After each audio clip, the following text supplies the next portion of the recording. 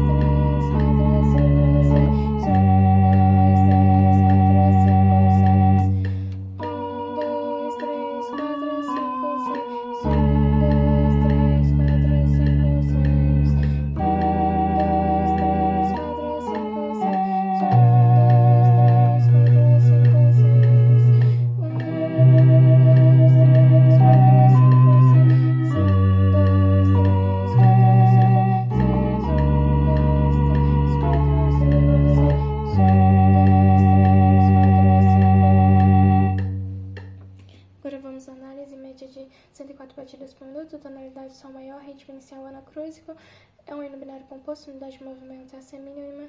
Nós temos a presença de acidente fixo Fá sustenido, temos acidentes ocorrentes ao longo do hino, como o sustenido e o B quadro. Também temos a presença da pausa da C mínima e também contratempo no coro.